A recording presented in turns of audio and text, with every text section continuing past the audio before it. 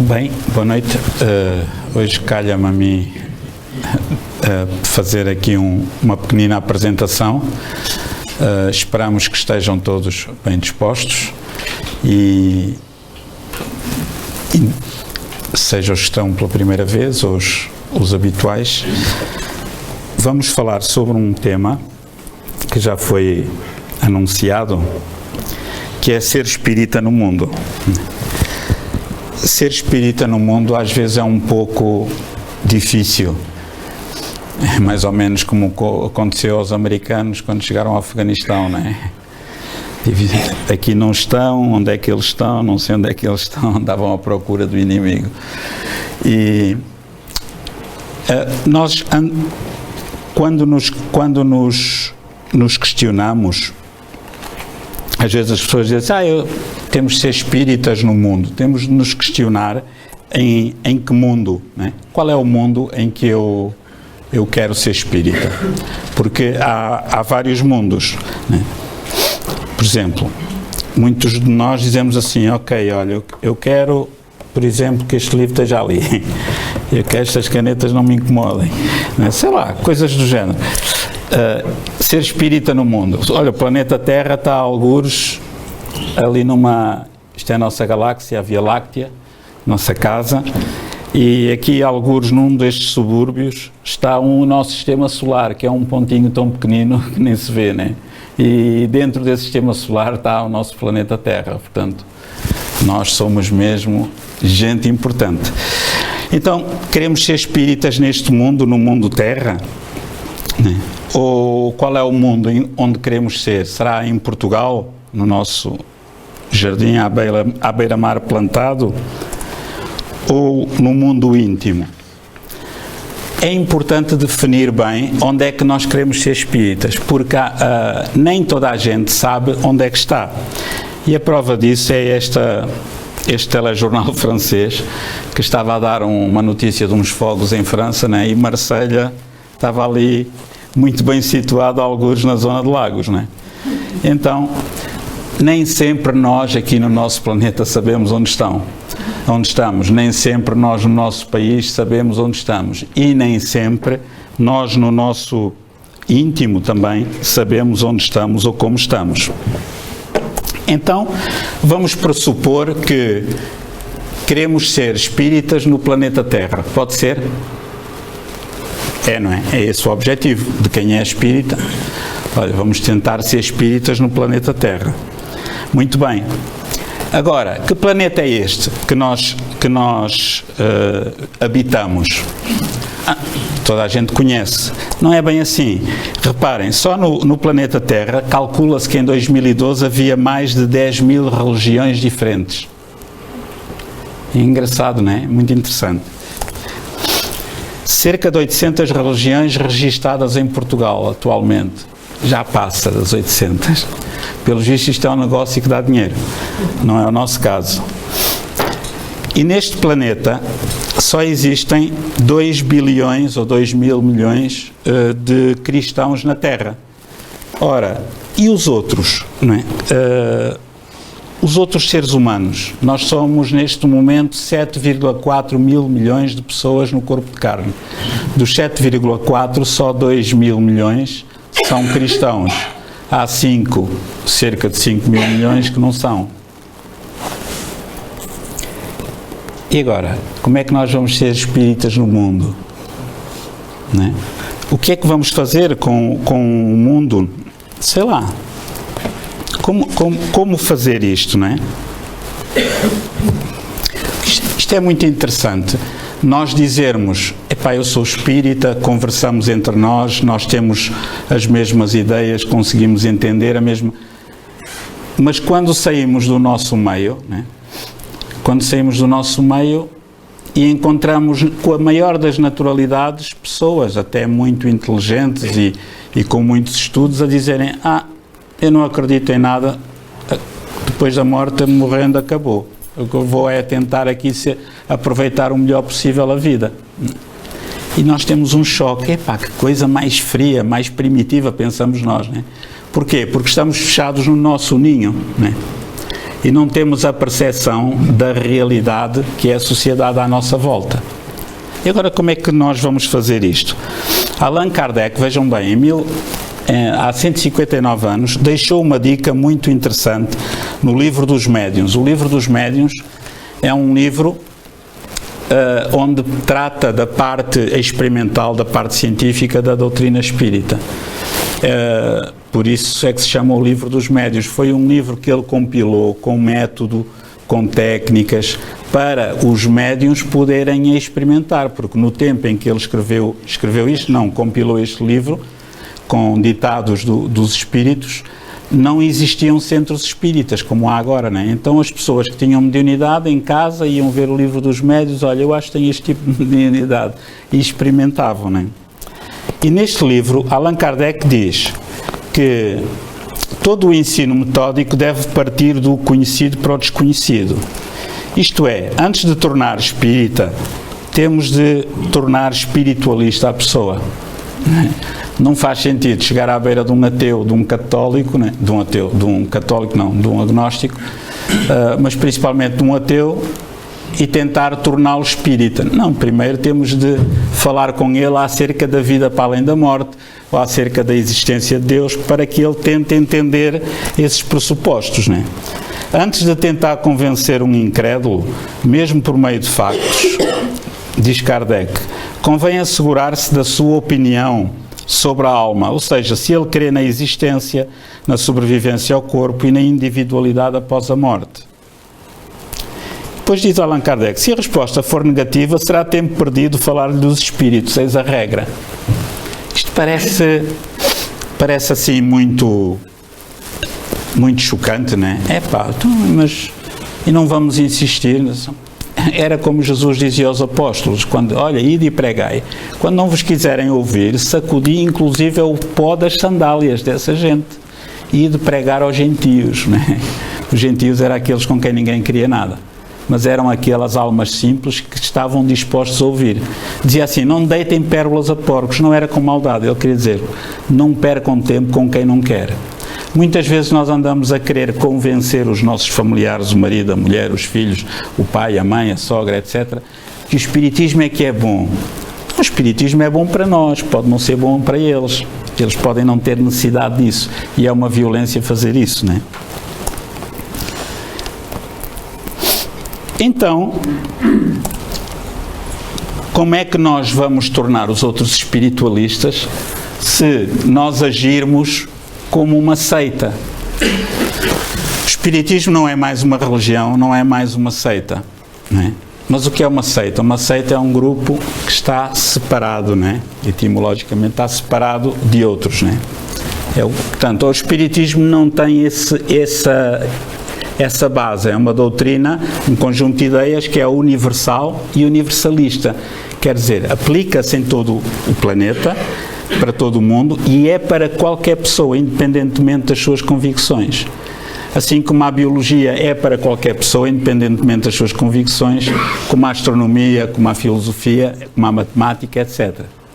A doutrina espírita é uma ciência filosófica de consequências morais. Como ciência da observação, é passível de ser investigada por qualquer pessoa em qualquer parte do mundo. E se pegarem no Livro dos Médiuns, puserem aquilo em prática, chegam às mesmas conclusões inevitavelmente. Agora, como é que nós vamos fazer isto se nós só temos um círculo de amigos, que é o nosso, não é? Nós entendemos e chegamos lá fora, como é que vamos fazer? É complicado, não é? Então vamos pensar com Allan Kardec.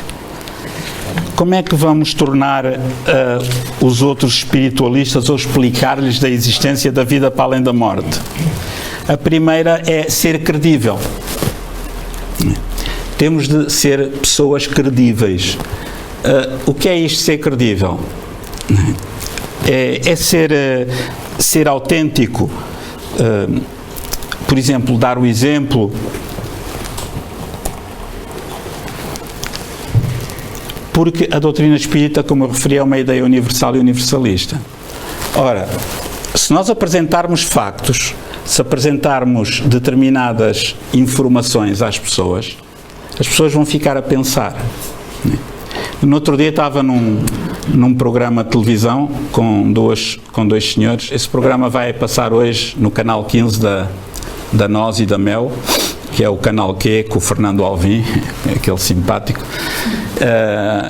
E então, estava eu e mais 2 convidados de outras áreas quaisquer, que aquilo é sempre uma mistura. E nenhum deles acreditava na vida para além da morte. Mas depois no estacionamento um deles disse assim, sabe, é interessante essa vossa filosofia, que é precisamente assim que eu penso. Eu não acredito na vida para além da morte, acho que a gente deve aproveitar o melhor possível. Mas enquanto cá estou, é assim que eu penso. Não é? Que interessante. Apesar de tudo, mesmo aqueles que não conhecem a vida para além da morte ficam entusiasmados com a ideia espírita. Mesmo aqueles que se dizem ateus ou agnósticos. Então, porquê? Porque a doutrina espírita é credível. Mas não chega. É preciso dar o exemplo, obviamente, né? Se esse senhor me visse a sair, e eu não sou nenhum poço de virtudes, nem nenhum modelo de exemplo para ninguém, estamos a falar de todos, mas se me visse à saída do estúdio, sei lá, a mandar ali 2 ou 3 bujardas a alguém que me passasse à frente de carro num cruzamento, ele dizia logo, olha, aquele estava ali, bem prega Frei Tomás, né? Não olha para o que ele diz, não olhas para o que ele faz. Então, já decidimos, não é? Ok, temos aquele roteiro de Allan Kardec, e pá, não percam tempo com quem não quer. Porque é uma violência psicológica fazer isso. Nós não temos o direito de impor as nossas convicções a ninguém. Não é? Nem à mulher, nem ao marido, nem a ninguém. Cada um pensa que o espiritismo é para quem dele necessita, não é para toda a gente. Não é? Assim, quer dizer, como não faz sentido que toda a gente vá para a engenharia civil, ou que toda a gente vá para a filosofia, ou que toda a gente vá para a biologia, ou que toda a gente vá para a agricultura, ou outra área qualquer do conhecimento. Então, já temos o roteiro que Kardec nos deixou. Mas para fazermos isso, é preciso sabermos o que é o espiritismo, não é? E esta pode parecer uma pergunta, uma questão até daquelas de polichinelo. Está bem, toda a gente sabe o que é o espiritismo, mas será que sabemos, não é? Muitas pessoas ficam de olhos arregalados quando olham para este livro. Pensam assim, epá, eu ando há 30 anos no centro espírita, nunca o li. E alguns até são dirigentes, não é? O que é o espiritismo? Deveria ser o primeiro livro a ler antes do Livro dos Espíritos, ou pelo menos a seguir ao Livro dos Espíritos. É um livro fabuloso, onde Allan Kardec faz inteligentemente um diálogo hipotético com vários tipos de pessoas não crentes, incluindo o ateu, o padre, etc., e onde apresenta o que é o espiritismo sob a forma de pergunta e resposta, né? De um ponto de vista didático e pedagógico muito interessante. Será que eu sei o que é o espiritismo, ou eu ouvi dizer que o espiritismo é isto? Esta questão coloca-se porquê? Porque há pessoas que dizem assim, eu sou espírita de berço. Isto é, eu já nasci com pais espíritas, não foi o meu caso. E a gente vê que aquela pessoa nasceu com pais espíritas e continua a repetir o que os pais dizem, e o que os avós diziam, etc. E continuam a dizer asneiras.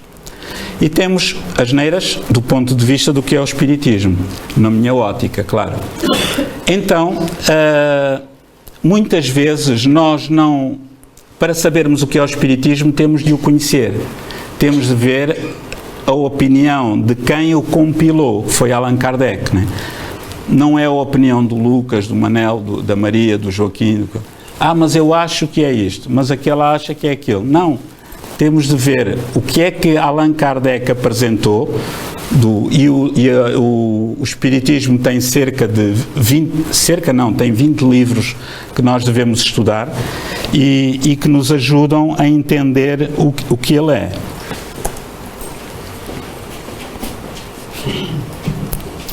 Neste livrinho, o que é o espiritismo, Allan Kardec é muito claro.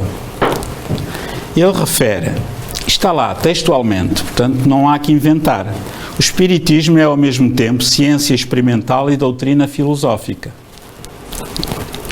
Como ciência experimental investiga os factos espíritas, como filosofia explica-os, como moral, os espíritos apontam a moral de Jesus de Nazaré como um exemplo do espírito mais puro que tenha estado à face da terra até então. Mas que é uma moral, não é só para os cristãos, é para todos, para toda a gente, né? O que nós estamos a fazer do Espiritismo são coisas completamente disparatadas. Se forem perguntar a 50% dos brasileiros, dizem que o Espiritismo é uma religião. Pensamento completamente oposto do de Allan Kardec. Se forem perguntar pelo menos a 1/3 ou 2/3 ou metade dos portugueses, também diz o mesmo. Já vamos analisar isso porquê. Depois diz Kardec, como ciência prática tem a sua essência na relação que se podem estabelecer com os espíritos. Como filosofia, compreende as consequências morais dessas relações. Lá está. Observa-se o fenómeno, investiga-se, chega-se a conclusões, daí nasce toda uma filosofia de vida e daí sacam-se consequências morais. Isto é, aquela pessoa que descobre que a vida continua, que a reencarnação é uma realidade, que ele amanhã vai ser melhor ou pior conforme o que semear hoje, ele vai pensar, espera aí, eu hoje não vou roubar, não vou matar, porque senão amanhã vou ser responsável por isso. Se eu achar que a vida não continua, acaba tudo, morto o cão, acaba-se a raiva, o que é que acontece? Eu tenho é de fazer o melhor, safar-me e os outros, que cada um que se desenrasque, não é? Então, Kardec refere, pode ser definido assim, o Espiritismo é uma ciência que trata da natureza, origem e destino dos espíritos, bem como das suas relações com o mundo corporal. Ok? Mas para entender, está logo no preâmbulo, ou no prólogo, como se queira, do livro que é o Espiritismo. Mas para entender ainda melhor, há um outro livro que poucos espíritas conhecem, que se chama Viagem Espírita em 1862. Em 1862, Allan Kardec sentiu necessidade, a pedido de muitas pessoas que lhe escreviam, de fazer uma viagem durante um ano, por cerca de 20 cidades francesas, onde efetuou mais de 50 conferências, onde ele ia conhecer o movimento espírita, onde ele ia falar, faziam sessões experimentais, faziam conferências, trocavam ideias, etc. Então, olhem aqui o que Kardec dizia, muito interessante.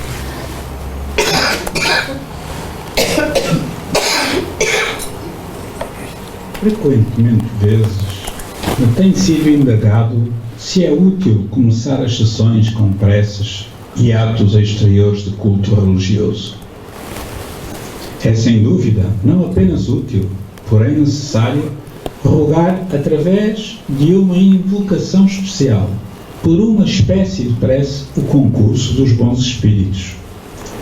Essa prática predispõe ao recolhimento, condição especial a toda a reunião séria. O mesmo não se dá quanto às práticas exteriores de culto. Mas é preciso não esquecer que o Espiritismo se dirige a todos os cultos. Por conseguinte, ele não deve adotar as formalidades de nenhum em particular. O emprego de aparatos exteriores de culto teria idêntico resultado, uma cisão entre os adeptos. Para evitar esse inconveniente tão grave, aconselhamos a abstenção de qualquer prece litúrgica, sem exceção mesmo da oração dominical, por mais bela que seja. Isto é um texto escrito por Kardec. Provavelmente ele, se entrasse em alguns centros espíritas agora, se calhar era corrido, não é? Ok.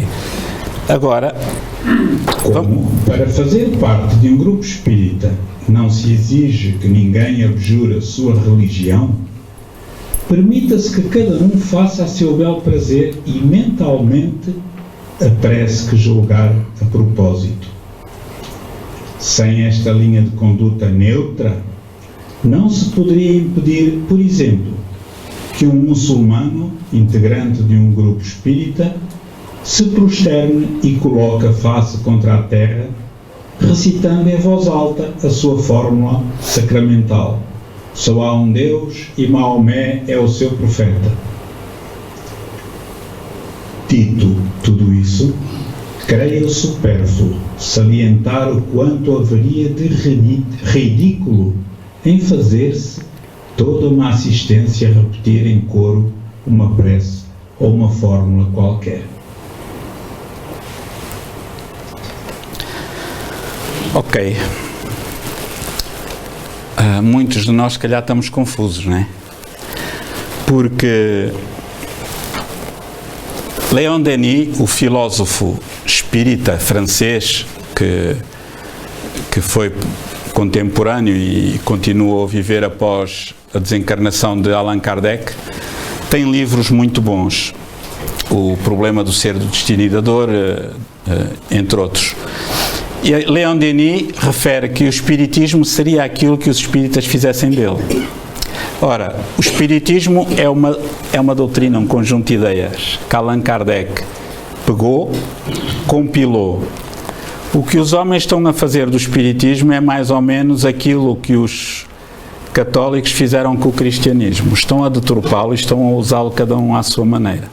Jesus não trouxe nenhuma religião, trouxe uma ideia, né, universal, aplicável a qualquer povo, a qualquer povo. Se olha, façam ao próximo o que querem que vos façam a vós. Né? Não criou nenhuma religião. As religiões foram criadas pelos homens. Apareceu a católica, depois os protestantes, depois isto. Hoje em dia temos não sei quantas religiões. Né? E todas elas são as melhores, umas contra as outras. As religiões criam cisões. Jesus não trouxe nenhuma religião à Terra. Trouxe, sim, comportamentos, atitudes que aumentam a religiosidade, que é um sentimento interno. Aumentam a espiritualidade. Não trouxe uma estrutura com padres, com sacramentos, com velinhas, com isto, com aquilo. São coisas inventadas pelos homens. Agora, se nós entrarmos em muitos centros espíritas, vamos encontrar autênticas igrejas. Cânticos no início, cânticos no fim, né? Vamos encontrar nas paredes imagens do Allan Kardec, do Bezerra de Menezes, do Chico Xavier, do Divaldo. Vamos encontrar toalhas brancas, de preferência rendada sobre a mesa. Já não encontramos tanto, felizmente, porque as pessoas estão a abrir os olhos. Isto são o quê? Sem qualquer tipo de crítica gratuita, são reminiscências dos nossos atavismos que nós trazemos da Igreja Católica. Quase todos nós viemos do catolicismo para o espiritismo. Então a gente sente falta disso, né? No início, quando nós abrimos o nosso centro, no primeiro e depois neste, havia pessoas que diziam assim, mas nem sequer há um quadro, uma figura de Jesus, né? Mas pelo menos um quadro, mas para quê? Né? A mensagem dele tem de estar no nosso coração, nós ainda gostamos das coisas materiais, né? Então o centro espírita deve ser um local simples, aberto a todos, porque senão vamos ter de pôr os guias espirituais de todas as outras correntes religiosas que andaram pelo mundo. Porque essa é a essência do espiritismo. Reparem, quando Kardec refere aqui, os espíritas lá, Salver de Lyon, perguntavam-lhe, então, mas olha, nós não podemos começar as nossas religiões com um Pai Nosso? Mas assim, podem, mas não devem. Então, e se tiver lá um muçulmano ao lado? Vocês começam com o Pai Nosso porque são cristãos. Se tiver lá um muçulmano espírita, reparem a ideia de Kardec. Isto é, ele pensava nos povos com outras religiões que pudessem adotar a doutrina espírita, como também uma filosofia de vida e entendê-la. Ele tinha uma ideia universal e universalista do espiritismo. E nós estamos a apequenar e a fechar o espiritismo dentro dos nossos conceitos. Né? Qualquer dia só falta haver padres e madres. Né? Aqui a Amélia vai para bispo. Né? Ok? Então, amigos, é muito importante que nós tenhamos debatamos este tipo de assuntos e que tenhamos espírito crítico, porque vamos encontrar pessoas que dizem que o espiritismo é uma religião, vamos encontrar outros que dizem que não é, outros que dizem que ele é a religião, a verdadeira, como se fôssemos os melhores do mundo, mas isso somos pessoas que não estamos a entender bem a essência da doutrina espírita. A doutrina espírita é muito mais do que isso, né? É muito mais do que isso. Allan Kardec dizia que se algum dia o espiritismo se tornasse uma religião, seria à custa dos padres, que queriam torná-lo numa religião para lhe retirar o poder universal que ele tinha.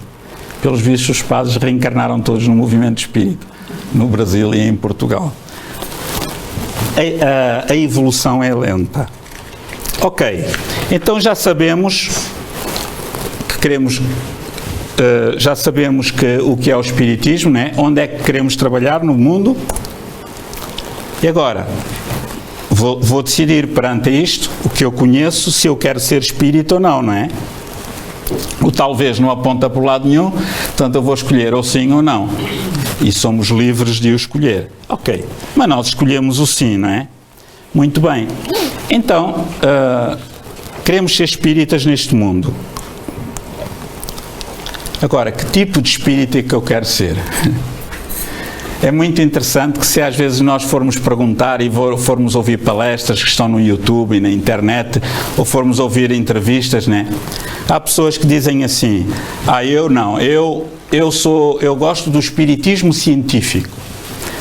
Eu gosto do espiritismo científico, né? Outros dizem assim, para mim, eu gosto do espiritismo filosófico. E outros dizem assim, não, eu gosto do espiritismo da parte moral. As pessoas confundem moral com O, não é de muro. Moral, que é um sentido universal, com religião. Então dizem que espiritismo é ciência, filosofia e religião. É mentira. É ciência, filosofia e moral. Tem de ler o que Allan Kardec diz, né? Podem estar a criar outra corrente qualquer, mas a de Kardec não é essa, né? E então, as pessoas dizem isto. Uns dizem que é o espiritismo científico, outro filosófico, outro moral. Mas será que isto tem algum fundamento? Obviamente que não. O espiritismo, eu costumo dizer, é como um bolo. Quem sabe fazer bolos, eu só sei comê-los, mas já os sei comer, já sei alguma coisa. Mas quem sabe comer bolos também, que é preciso saber comê-los, né?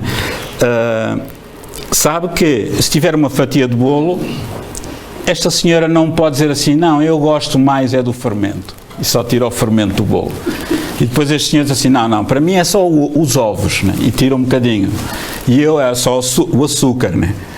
Porque como sou uma pessoa azeda, preciso de adoçar. Então, não dá, é impossível. Porquê? Porque eles estão todos misturados. Então não é possível separar a componente filosófica, científica e moral do espiritismo. Está todo embrenhado. Temos o livro dos espíritos, tem a parte filosófica, o livro dos médiuns, a parte científica, o Evangelho segundo o Espiritismo tem a parte moral, e todos os outros livros de Allan Kardec, incluindo os 12 volumes da Revista Espírita, estão todos envolvidos nessas três partes. É impossível. Isto são fantasias que o ser humano cria. O que existe é apenas o Espiritismo. Ok?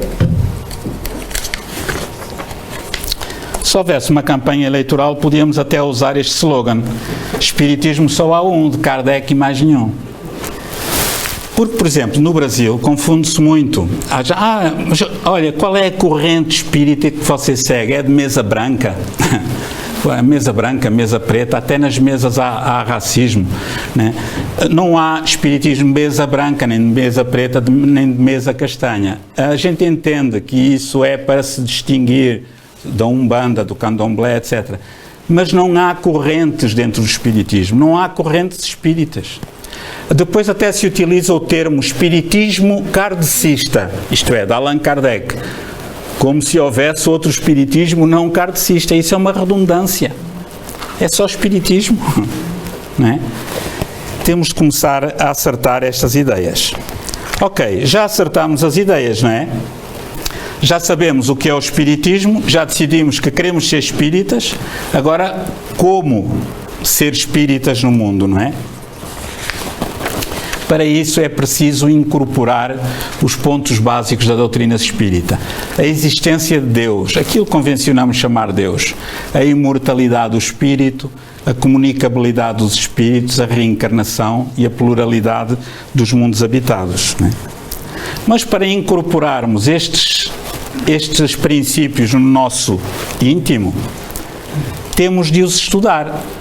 Como qualquer ciência da observação, o espiritismo tem de ser estudado. Quando estamos numa conversa e quando as pessoas dizem assim, ao fim de 5, 10 minutos, eu não acredito nisso, assim, ainda bem que não acredita nisso. É uma pessoa com bom senso. Imaginem-se ao fim de 5, 10 minutos de falar com um biólogo, eu acreditasse na biologia. Para ser biólogo tem de se estudar durante 3, 4, 5, 6 anos, né? E depois se fizer um mestrado, um doutoramento, ainda mais um bocadinho. Então, para se estudar espiritismo, conhecer o espiritismo e saber o que é e se nos interessa ou não, também temos de estudar há alguns anos, né? Agora, se alguém diz assim, eu acredito ao fim de 5, 10 minutos, essa pessoa não tem espírito crítico. É fanática, acredita porque ouviu o outro. Tem de ir ler, tem de estudar, tem de ver se aquilo bate certo com o seu espírito crítico, etc. Depois de estudarmos, precisamos de praticar. Praticar o espiritismo para quê? Para dar o exemplo, para estimular o outro à mudança. Ok? Porque as pessoas depois vão dizer assim, espera aí, mas aquele é diferente. Aquele está no funeral e não está de gravata preta, não está a chorar, está com um sorriso nos lábios, quando o padre diz assim, dá-lhe Deus o eterno descanso, que é uma praga que se roga sempre ao morto, olha o eterno descanso, isso é bonito. E por aí fora, e então, espíritas são diferentes, não são diferentes, pensam de maneira diferente, né? Então é importante isso, para quê? Para divulgar. Mas é divulgar o espiritismo, não é para tornar os outros espíritas, isso não tem interesse absolutamente nenhum. É para fazer com que os outros, se quiserem, ao conhecerem o espiritismo, se tornem melhores, independentemente das suas religiões, convicções filosóficas, etc. Divulgando o espiritismo, esclarece a pessoa. Aquela pessoa que pergunta, porquê é que eu tenho um cancro e esta senhora não tem? Eu, por acaso, não tenho. Mas porquê é que o meu vizinho do lado esquerdo tem um cancro e o do lado direito não tem? Porquê é que o do lado direito tem um filho deficiente e o do lado esquerdo não tem? Onde é que está a justiça de Deus?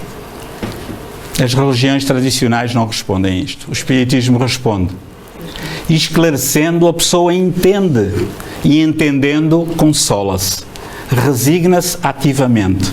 Não se revolta, não é? E Allan Kardec refere muito bem isto.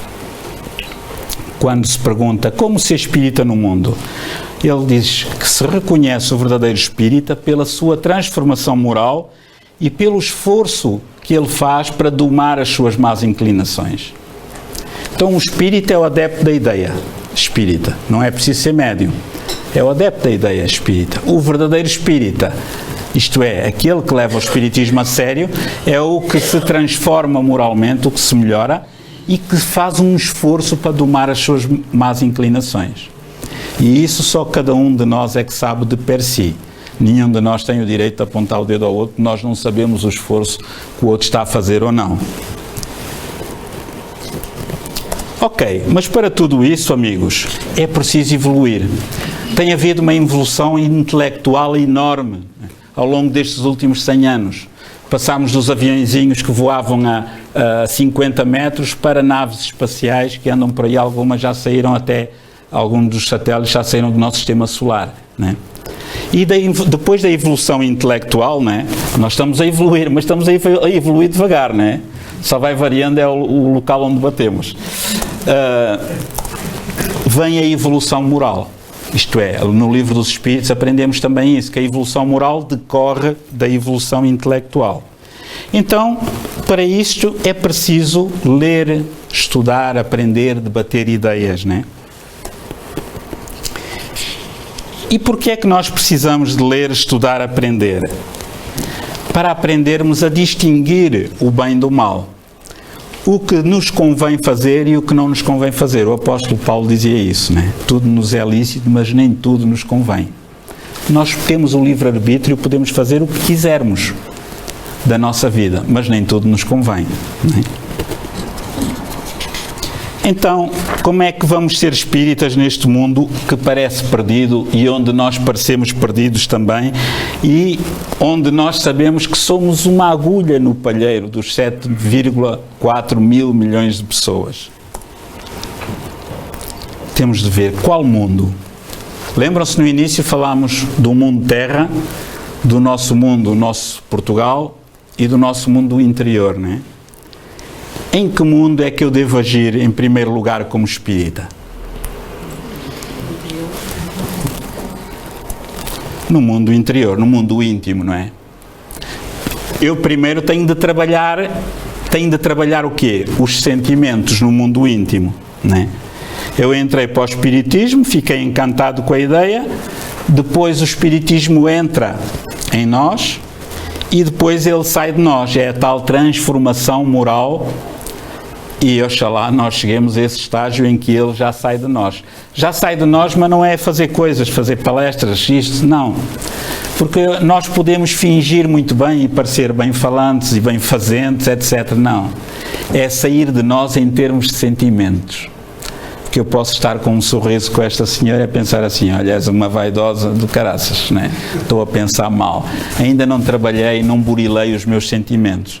Então, se ela for vaidosa, eu tenho a obrigação, o dever de a amar vaidosa como ela é, né? De gostar dela, de dizer que bom que ela é vaidosa e eu já não sou, ou sou menos do que ela, partindo do pressuposto que não sou, claro, né? Que não é a realidade. Então, amigos, temos estas 3 fases. Já entramos para o espiritismo, ele entra em nós, é preciso que ele saia de nós. Depois disto acontecer no mundo íntimo, e estamos quase a terminar, né? Então sim, nós temos condições de divulgar o espiritismo no nosso país, nos países vizinhos, não é? Ao ponto de o divulgar pelo planeta Terra. Não é? E os sentimentos, aquilo que nós falávamos há bocado, aí é que a porca torce o rabo. Como é que estão os nossos sentimentos? Toda a gente vai dizer, estão bons, estão mais ou menos, ok. Então vamos lá lembrar aquele indivíduo que nos roubou num negóciozinho, que nos levou a nossa firma à falência. Como é que estão os meus sentimentos com ele? Nem morto à minha frente. Então, estamos em SOS, né? Em SOS espiritual. Vamos lá lembrar aquele irmão que nos atraiçoou nas partilhas e que nos roubou e que nos levou à falência. Como é que estão os meus sentimentos? Atenção, nós devemos avaliar os sentimentos não é para nos autoflagelarmos, para ter complexo de culpa, remorso, não. É para nos libertarmos dessa canga, libertarmos desse peso, não é? Como é que são os meus sentimentos na rua, aqui e em casa? Né? Como é que eles são? É que os sentimentos são como os telemóveis, eles não tocam, mas vibram e incomodam. E os sentimentos, mesmo quando vibram, mesmo sem tocar, mesmo que não saia da boca, eles vibram e incomodam ou não incomodam, dependendo de serem sentimentos positivos ou negativos. Como é que nós estamos? Como é que está o amar o próximo? Quem é o próximo? Neste caso, o meu próximo é a Amélia, é o que está mais próximo, não é? Depois é a fila da frente, etc. Na rua é quem for ao meu lado, é ou não é? Certo? Mas nós temos um próximo que nem nos lembramos dele, que é o nosso guia espiritual, que é um espírito bom, amigo, que nos acompanha, nos orienta para o bem. A gente não se lembra deles. E temos outros próximos que às vezes são espíritos inferiores, ou que nos odeiam, ou que nos detestam, que nos tentam influenciar para o mal. E esses também são dignos do nosso amor. Esses até precisam mais do que o outro. Depois temos a família encarnada, né? Temos os amigos, temos aqueles com quem trabalhamos, etc.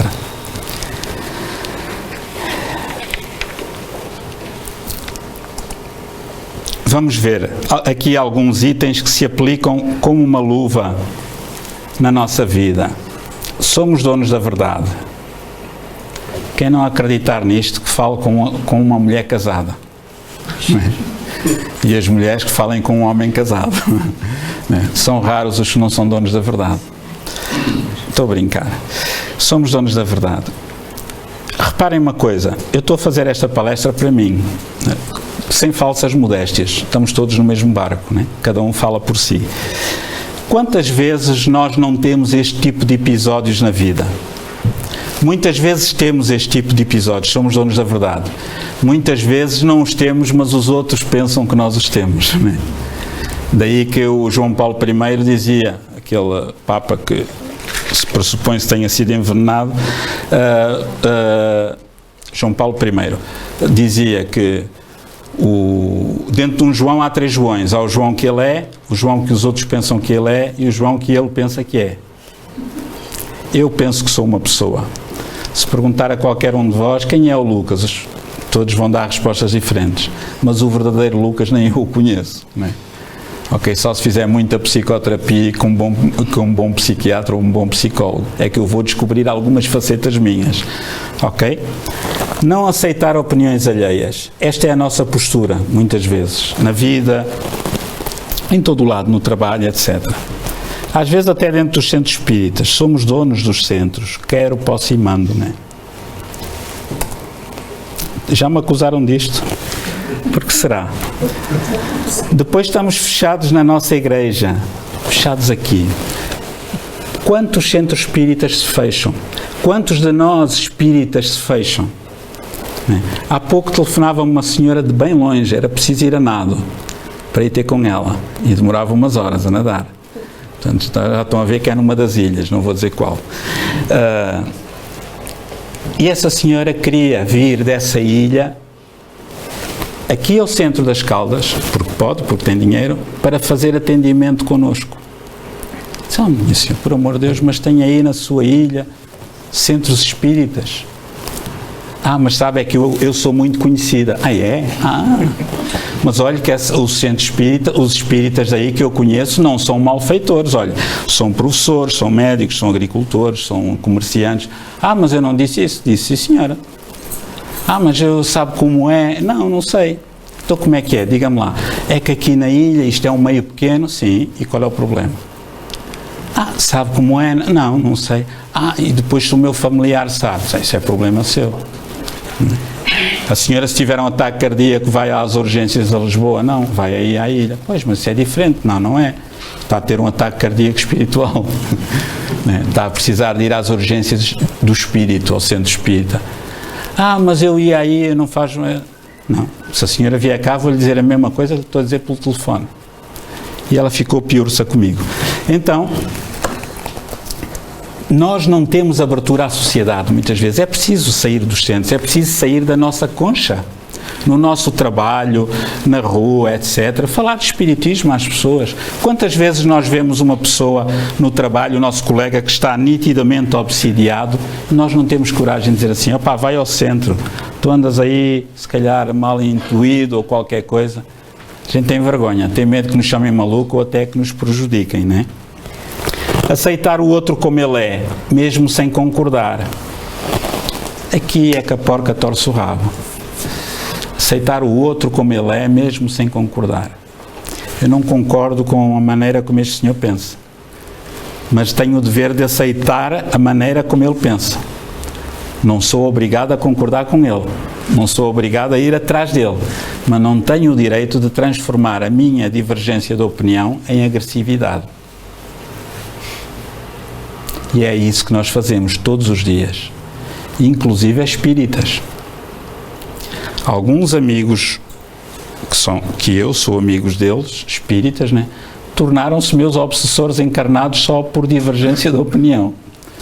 Eu vou orando por eles, que é para ver se eles não me afetam tanto mentalmente, né? A inveja de quem se destaca, né? Eu imagino a inveja que o Divaldo Pereira Franco deve suscitar a muita gente.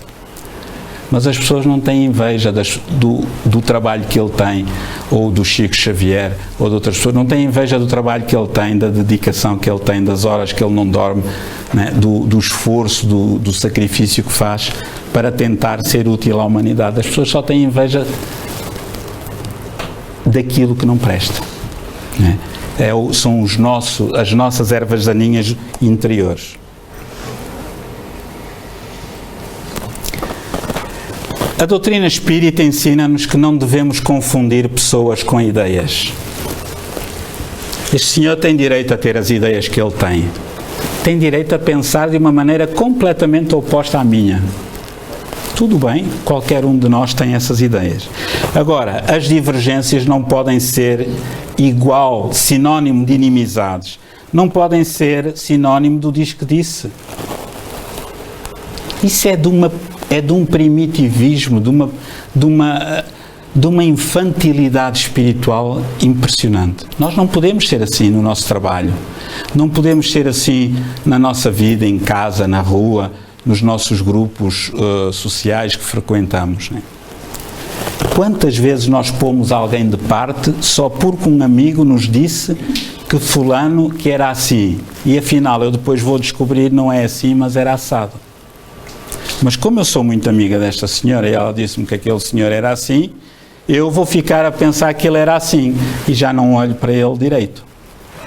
E quando eu descubro, afinal, ela estava equivocada, ele era assado, ela é que não gosta do assado, gosta do assim. Né? E andamos nós, tipo marionetas, a ser controlados uns pelos outros. Né? Há pessoas que mandam e-mails anónimos para outras pessoas a falar mal de mim, espíritas. E eu rio-me e vou orando por eles. E isto não é com falsa modéstia, é verdade. São pessoas desequilibradas.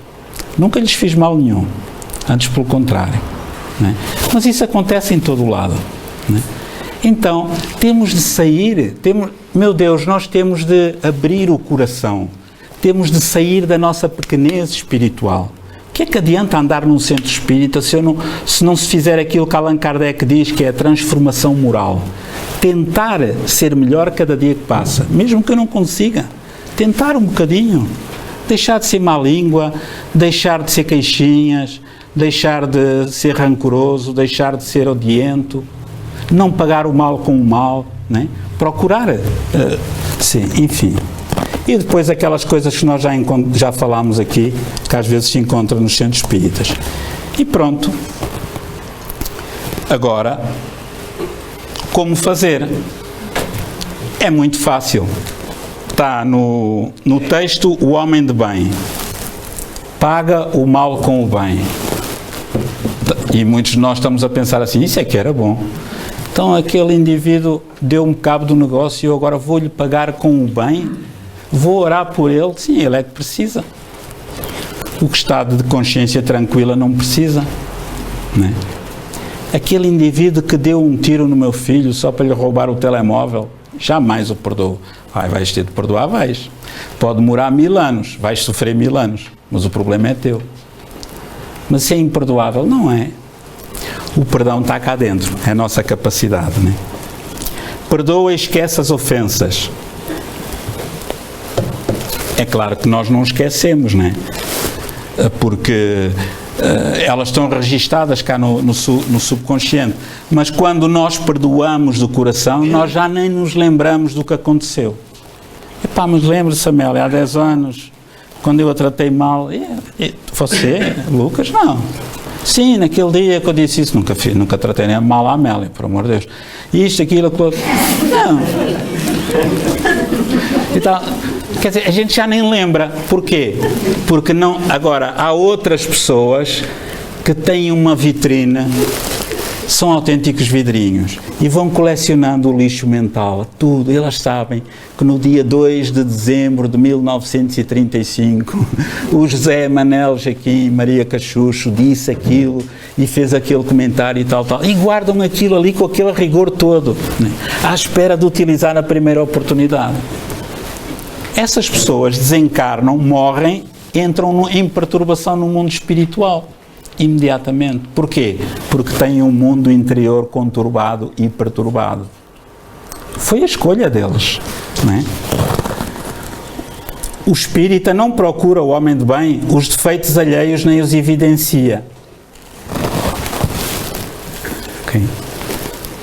não procura os defeitos alheios, nem os evidencia. E se encontrar uns defeitos na Amélia, ela tem direito a ter defeitos, eu também tenho, né? Eu não tenho o direito de andar a dizer a toda a gente que a Amélia, sei lá, rói as unhas, ou porque não gosta de ver, sei lá, o Lucas a falar tanto tempo, por aí fora. Pronto, qualquer coisa, né? Aliás, os bons espíritos aconselham, quando não puderes falar bem de alguém, cala-te. Pá, mas nem um bocadinho, não. E se ouvires falar mal de alguém, tenta realçar as coisas boas daquela pessoa. Mas se ela não tiver coisas boas para realçar, cala-te. O Emmanuel, o que foi o guia do médium Franciscano Xavier, dizia, nunca destaques o mal. Nunca, nem uma vez. O que é que a gente faz quando liga à televisão? Quais são os jornais mais vendidos em Portugal? Eu não vou dizer para não fazer publicidade, que aquilo é execrável. Só não tem crimes na página das raparigas jeitosas, que é no fim, nas últimas páginas. Eu de vez em quando também leio esse jornal, porque estou nos cafés todos. Mas as pessoas adoram os crimes, aquelas coisinhas todas, e como é que foi, e como é que não foi, e a que horas foi, foi às 10h02, não, foi às 10h03, não, foi às 10h02 que eu ouvi na televisão, não, foi às 10h03, e entretanto, tipo internet, né? Tipo antenas de telemóvel, estamos todos em rede, a intoxicarmos-nos psiquicamente, depois de repente vem uma dor de cabeça, epá, que estava tão bem, de onde é que veio esta dor de cabeça, né? Intoxicação fluídica. Assim como nós pensamos, nós metabolizamos. Temos de ver o que é que eu ando a pensar, o que é que eu ando a ler, o que é que eu ando a ver, o que é que eu ando a falar, o que se anda a discutir, se anda a conversar. E mediante isso eu vou ter bem-estar ou não. Não lançar anatemas aos que pensam de maneira diferente, é indulgente com as fraquezas alheias, pensa primeiro nos outros, não tem ódio, rancor nem desejo de vingança, é benevolente para com todos, mas não é parvo. Atenção, faz o bem sem esperar recompensa. É que há muitas pessoas que pensam que ser espírita é ser parvo. Ser espírita é ser conivente com o erro. Não, não é. Ser espírita é saber discernir o bem do mal. Lembram-se aquilo que vimos ao bocado? Mas ter estas qualidades, mas ter o bom senso e o discernimento de não ser conivente com o erro. E pronto, vamos terminar com umas quadras que um espírito amigo nos deixou aqui, fazem parte do livro Histórias que os Espíritos Contaram, volume 2, que se chama Coerência. Nestes tempos difíceis, tempos de urgência, ao espírita pede-se coerência, coerência. Quando te bater à porta o resquício da violência, o convite ao amor pede coerência, coerência. Quando a maldade adentrar a tua residência, perdoa tudo e todos, coerência, coerência. Quando a tentação te testar a impaciência, recorda Jesus de Nazaré, coerência, coerência. Os espíritas de hoje, como os cristãos de outrora, são convidados a erigir novo mundo, nova aurora. Ser coerente com o espiritismo é roteiro seguro para evitar o abismo. Por muito que custe, usa sempre a decência. Ama tudo e todos, coerência, coerência. O Poeta Alegre, isto foi uma psicografia recebida em 12 de maio de 2014 e que faz parte deste livro. E gostávamos de terminar com uma música para vocês ficarem bem alegres. Paz pela Paz, cantada pelo Nando Cordel, um dos maiores músicos brasileiros.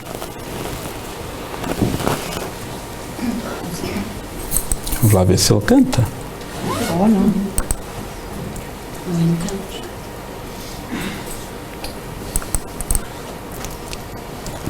Não cantou, malandro.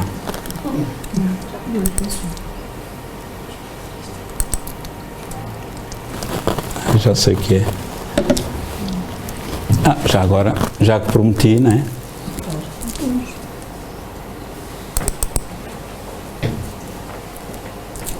Os computadores às vezes são como as pessoas, não funcionam, a gente não sabe porquê.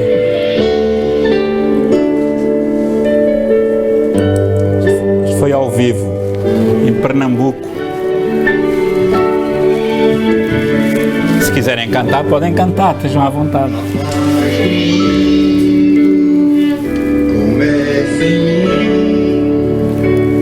se eu tenho amor, com certeza sou feliz. Se eu faço bem ao meu irmão, tenho a grandeza dentro do meu coração. Chegou a hora da gente construir a paz. Ninguém suporta mais o meu amor. Paz pelas crianças, pela floresta. Paz pela coragem de mudar. Paz pela justiça, da liberdade. Paz pela beleza de te amar. Quero ver a paz do mundo começa em mim. Tá lindo! Se eu tenho amor, com certeza sou feliz. Se eu faço bem ao meu irmão, com a grandeza dentro do meu coração. Chegou a hora! Chegou a hora da gente construir a paz. Ninguém suporta mais o desamor. Paz pelas crianças, pela floresta. Como é que é? Pela coragem de mudar. Paz pela justiça, a liberdade. Paz pela beleza de te amar. Paz pela paz, pro mundo novo. Paz pela paz, a esperança. Paz pela paz, pela coragem de mudar. Paz No Brasil, que já estava tudo avançado. A liberdade. Paz pela beleza de te amar. Paz pelas crianças. Paz pela floresta. Paz pela coragem de mudar. Paz pela justiça.